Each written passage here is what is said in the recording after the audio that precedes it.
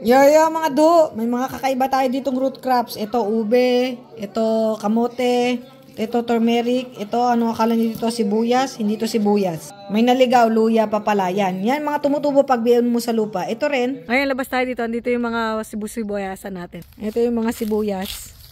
Charot. Sibuyas. Bakit ko sinasabing sibuyas? Kasi ito siya bulbs, mukhang sibuyas oh. Talagang mukhang sibuyas, 'di ba? Oh, puting sibuyas 'di ba? Pero dito sibuyas. Ano to? Bulaklak to.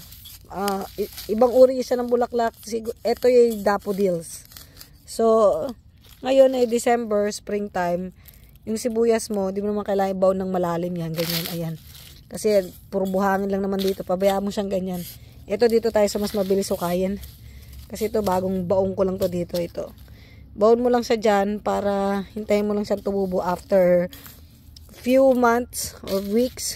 Depende kasi nalilito na yung mga nalilito yung mga bulaklak. Ito bagong tanim ko to dito mga do. Ayan siya oh. Amaryllis ito siya.